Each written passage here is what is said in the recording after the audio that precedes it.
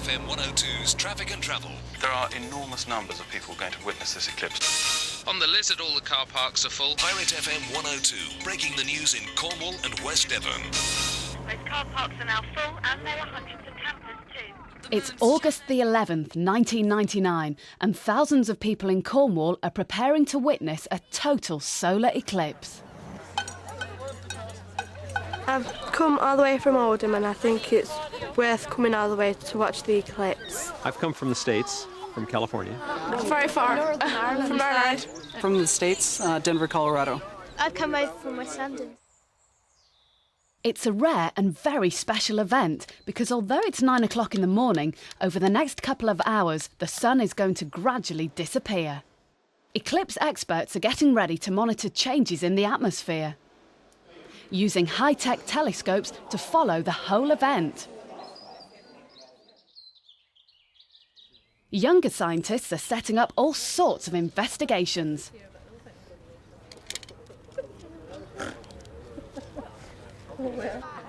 Others are just here for the view. Because it's too dangerous to look at the sun directly, this group of spectators are wearing glasses with specially designed filters. It's getting dark, I know, it's really dark. Oh, it's getting colder as well. There's a growing sense of excitement. The amount of light has been gradually falling over the past 2 hours.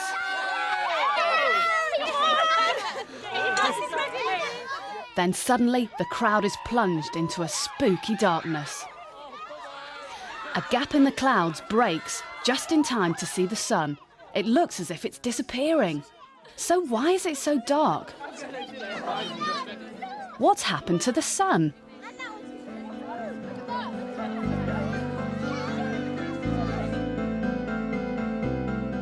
In ancient times, sudden darkness in the middle of the day was bewildering. Each civilization had its own explanation. All around the world, legends talk of monsters eating the sun. From big cats in Argentina, giant frogs in Vietnam, to dragons in China. In ancient China, they try to frighten the dragon away by shooting arrows into the air. But in North America, the Chippewa Indians fired flaming arrows because they thought the sun needed relighting.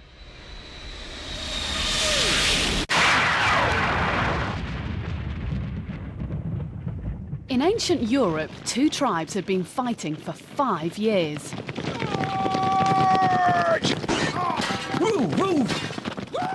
When darkness suddenly fell in the middle of the day, they saw it as a sign and immediately ended their war. Hooray! No more battles! Hooray! You were so brave. Would you care to dance? But perhaps the best story belongs to the people of Tahiti. They thought the sun and moon were very much in love and that the only time they could touch was during an eclipse.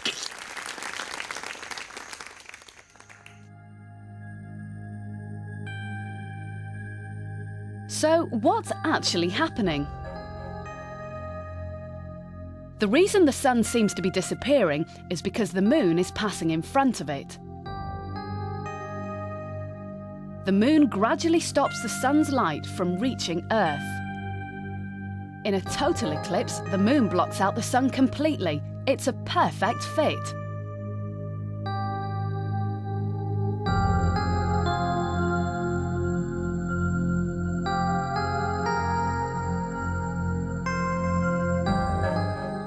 Daylight returns as the moon continues its journey in front of the sun.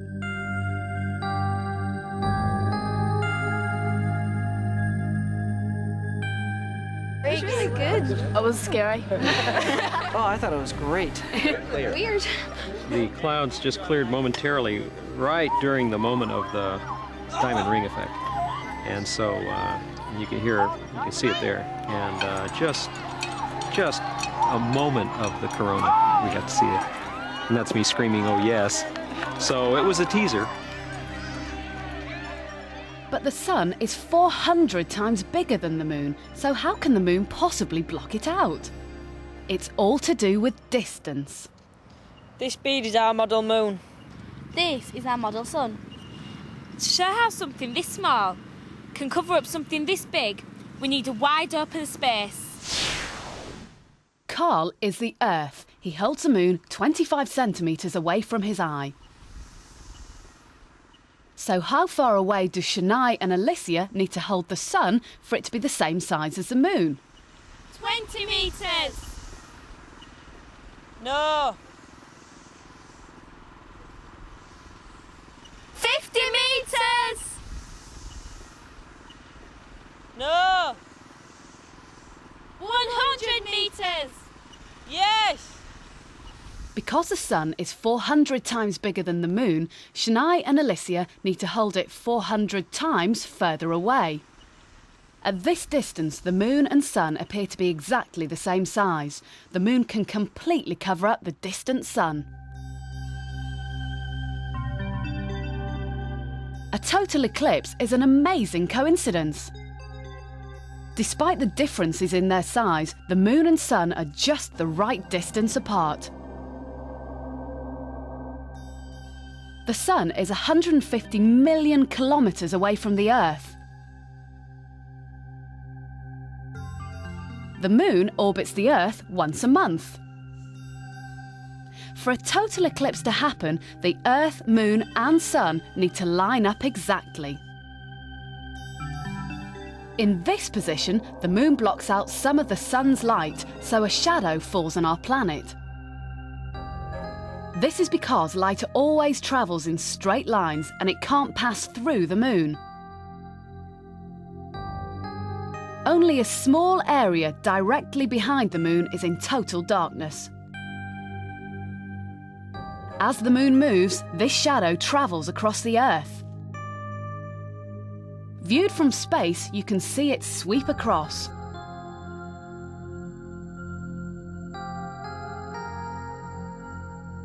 So, where do you need to stand to experience total darkness?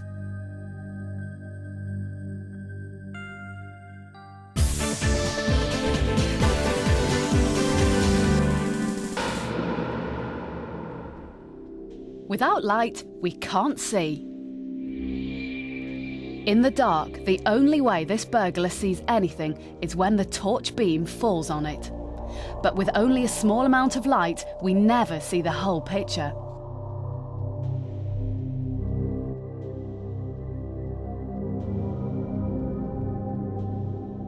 Switch more lights on, and what we thought was a cosy living room is in fact a furniture showroom.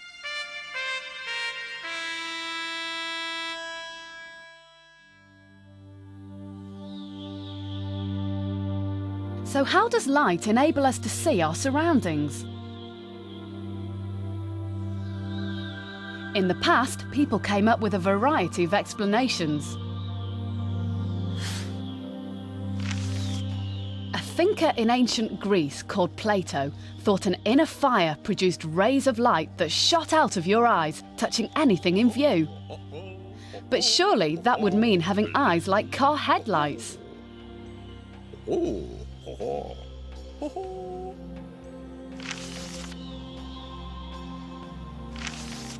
Others thought we could see because rays of light hit our eyes first and then bounced off onto objects in view.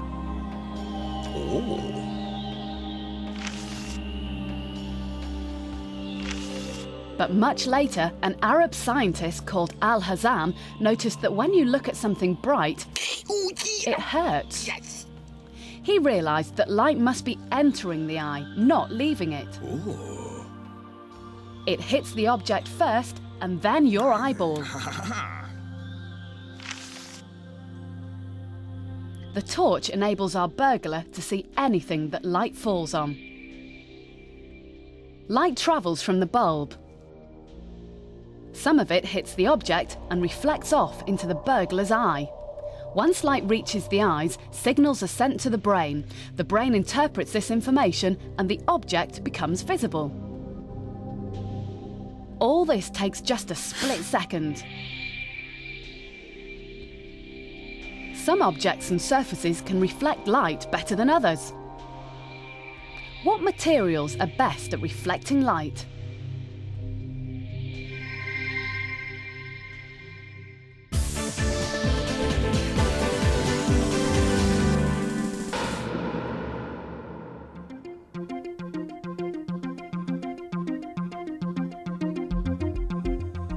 Everything you can see is bouncing light back at you. Some surfaces bounce light back so well that you can see a reflection.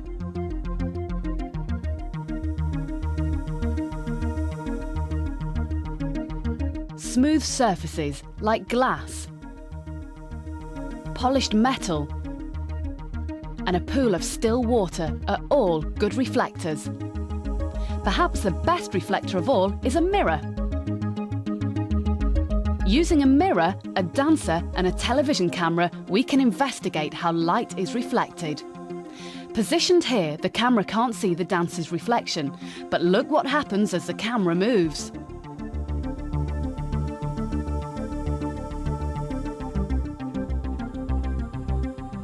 The dancer eventually appears.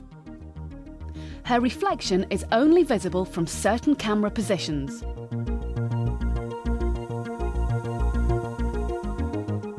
Now you see her, now you don't.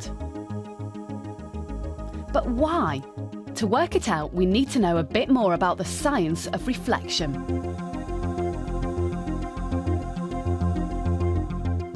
First, you need a narrow beam of light. Place a mirror in its path and the light changes direction. It's reflected.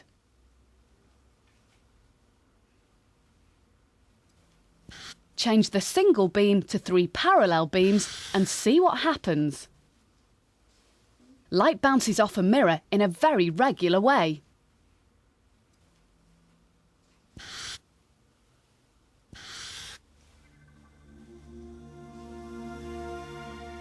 The ray of light approaching the mirror is called the incident ray. The one leaving the mirror is the reflected ray. Imagine drawing a line at right angles to the mirror where the beam strikes it. The angle between this line and the incident ray is the angle of incidence. The angle between this line and the reflected ray is the angle of reflection. So, what happens when the beam is moved?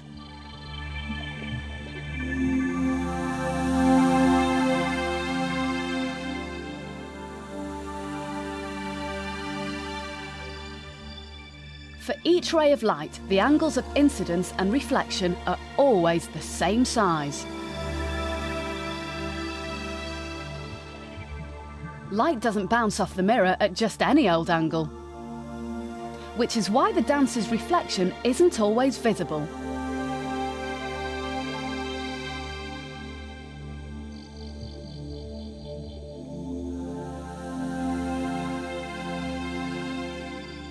Rays of light bounce off the dancer in all directions, but only some hit the mirror.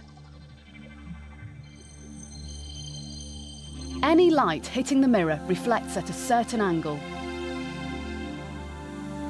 Stand in this area and the light bouncing off the mirror enters the camera. Stand outside this area and none of the light from the dancer is reflecting towards it. To make the dancer visible, the camera has to move.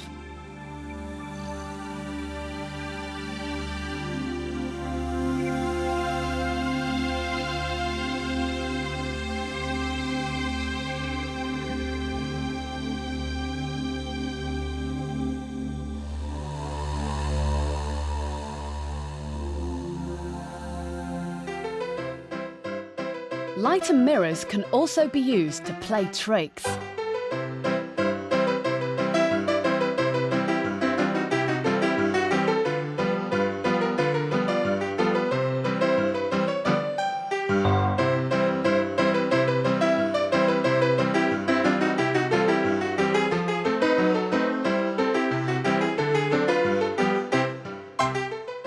If we promise there's no camera trickery, how can so many objects be pulled out of the box?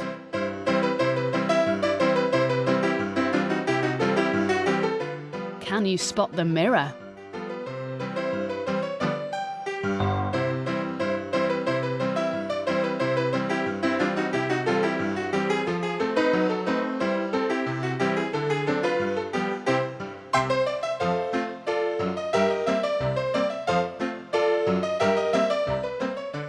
And how can a bodiless head appear on the table?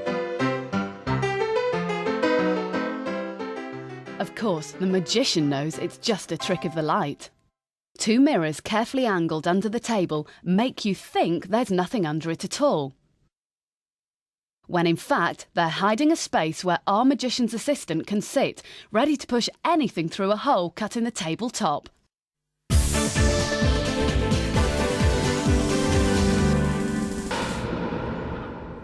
Light has been used for centuries to send coded messages. But relying on light travelling through air has its problems. Obstacles get in the way. And if it's foggy, the light doesn't travel very far.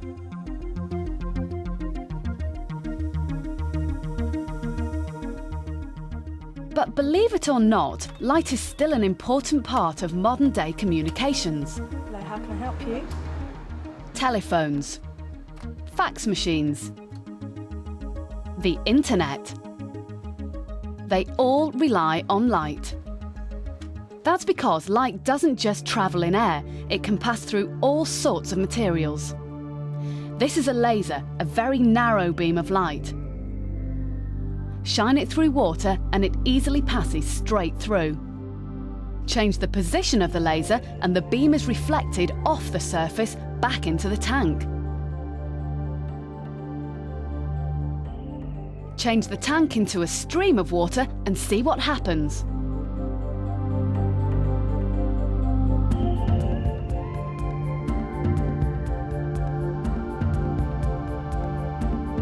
The light travels through the curved path of the stream.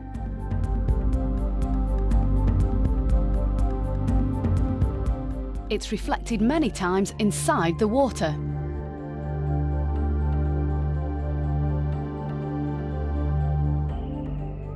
The same thing happens in a curved piece of glass. You can see the light's path as it bounces along.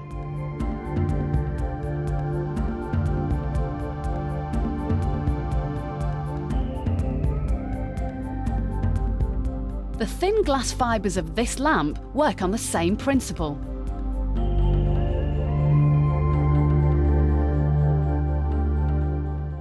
Inside this optic cable are thousands of extremely fine glass fibres. Flash a light at one end and no matter how curved the cable is, the light message gets through. Cables like this are used in modern telecommunications. Information is carried in optic fibres as coded light messages travelling at high speeds over vast distances.